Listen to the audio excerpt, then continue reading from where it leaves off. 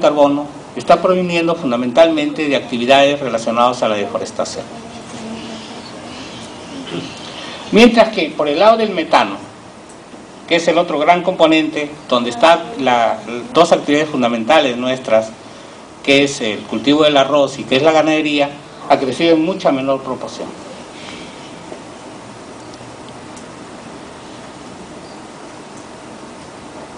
Entonces, esto, dentro del panorama global, está llevando a cambios climáticos en los Andes. Esto fundamentalmente, ya no simplemente por un calentamiento normal, sino un calentamiento climático que proviene también de la acción del hombre y que los Andes, por lo menos se está observando, y lo dicen varios reportes internacionales, lo dice el reporte del Banco Mundial, lo dice el último reporte del programa de cambio climático a nivel internacional, ¿no?, del grupo de especialistas, que es los Andes el que más rápido se está calentando en el planeta. Los glaciares del Perú básicamente se han reducido en 22%. Y el suministro de agua fresca, por lo tanto, hacia la costa también se está reduciendo a un 12%. Esto es muy importante porque recuerden que parte de la agricultura de la cual tenemos éxito está dependiendo mucho de la costa también. Entonces tiene efectos en cuanto a decisiones que hay que tomar. La zona potencialmente más afectada, obviamente, es la Cordillera Blanca, que está concentra el 99% de los glaciares tropicales del mundo.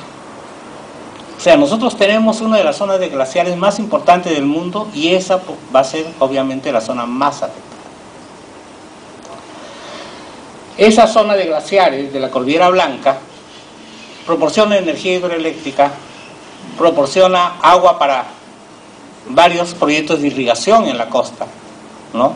Proporciona agua para los hogares y también ahora está entrando en competencia porque está proporcionando agua para la actividad minera.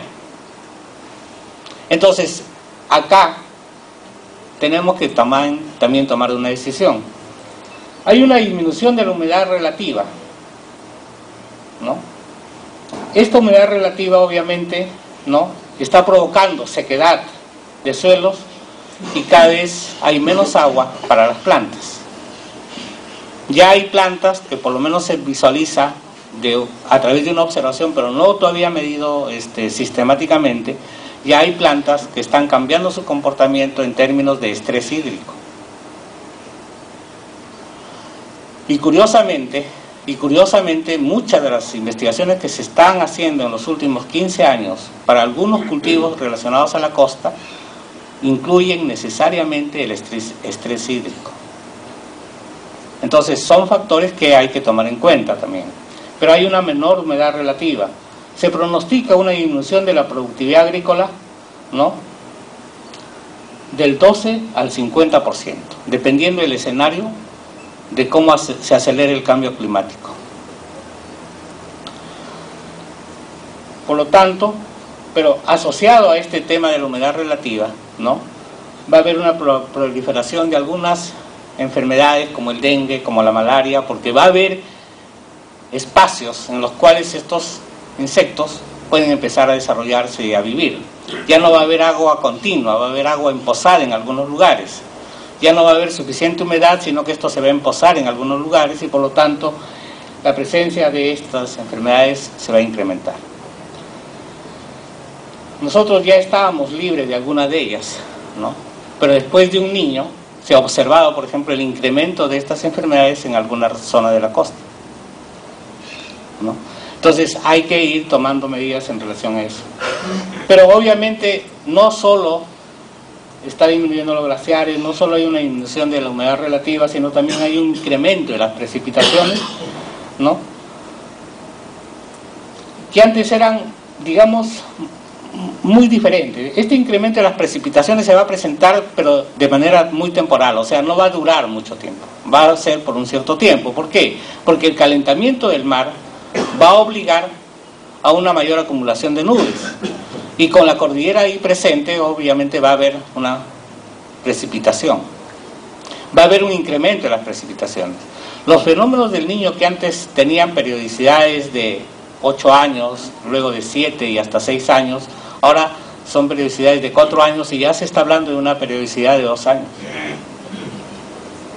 Entonces hay efectos y que se está, obviamente va a haber comportamientos distintos. Pero a la par que hay este incremento de las precipitaciones en una parte del territorio peruano, en otra parte del territorio peruano, sobre todo en zonas de altura, las heladas cada vez van a ser más fuertes y frecuentes. Y esto también tiene efectos sobre la agricultura y sobre la ganadería.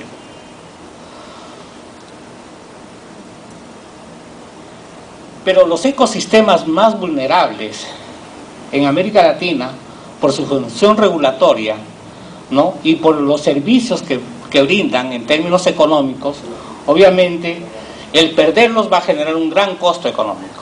Entre esos 4 importantes ecosistemas está el riesgo del calentamiento y eventual deterioro de los ecosistemas montañosos de los Andes. También está, y este es muy importante, la decoloración de los arrecifes de coral y el probable colapso del medio ecológico en la cuenca del Caribe. Ya se está notando. Las aguas del Caribe azules, que si alguno de ustedes ha tenido la oportunidad de visitarlos, se están dejando de ser menos azules. Hay una decoloración de esos corales, y esos corales cumplen un servicio ambiental muy importante porque permiten la supervivencia de muchísimas especies marinas y que esas están asociadas a una serie de algas, plantas, fitoplancton, etcétera, etcétera, y por lo tanto cumplen un servicio de control también de las tormentas en la zona del Caribe. Eso también va a tener un efecto. Va a haber daño a vastas extensiones de pantanos y sistemas costeros asociados al Golfo de México. México ya ha hecho una alerta y ya ha presentado una propuesta muy grande en relación al Golfo de México, porque realmente ellos ya en estos momentos no solo están hablando de un escenario futuro, sino realmente ya lo están viviendo. Hay vastas extensiones de pantanos y sistemas costeros que están siendo deteriorados muy rápidamente. Y finalmente hay el riesgo de una muerte regresiva de los bosques de la cuenca del Amazonas. De estos 4, el primero y el último tienen mucho que ver con nuestro país.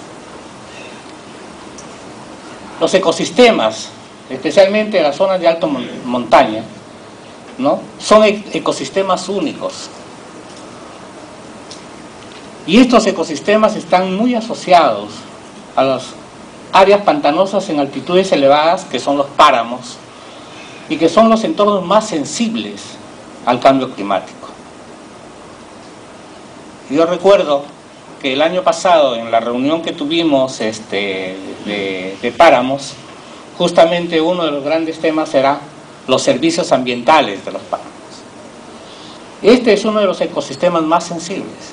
Hay que empezar a modelarlo, hay que hacerle un seguimiento, hay que generar información, hay que garantizar información suficientemente clara. Y no todo es medición y estadística, también es opinión de los habitantes, también es lo que ellos perciben, lo que ellos conocen, lo que ellos saben, el conocimiento de ellos, lo que debemos nosotros sistematizar para realmente empezar a tomar decisiones en relación a estrategias y a políticas que ayuden, si no a conservarlo, por lo menos, o a mitigarlo, también que ayuden a la adaptabilidad de estos ecosistemas. Estos ecosistemas, obviamente, los de zonas de alta montaña, están brindando numerosos y valiosos bienes y servicios ambientales. Dan agua, son generadores de agua, son fuentes de agua, ¿no?, generan una serie de actividades en torno a los mismos, permiten el desarrollo de cuencas. Todo esto implica que por lo menos se empiece a pensar de que las cuencas, ¿no?, ya no deben ser vistas como siempre se ha visto, deben ser vistas de una manera muy distinta. Tenemos que verlos en el nacimiento del afluente, tenemos que verlo en el momento en que se empieza la distribución y tenemos que verlo al final del afluente para poder saber en qué medida se usó o no se usó el agua.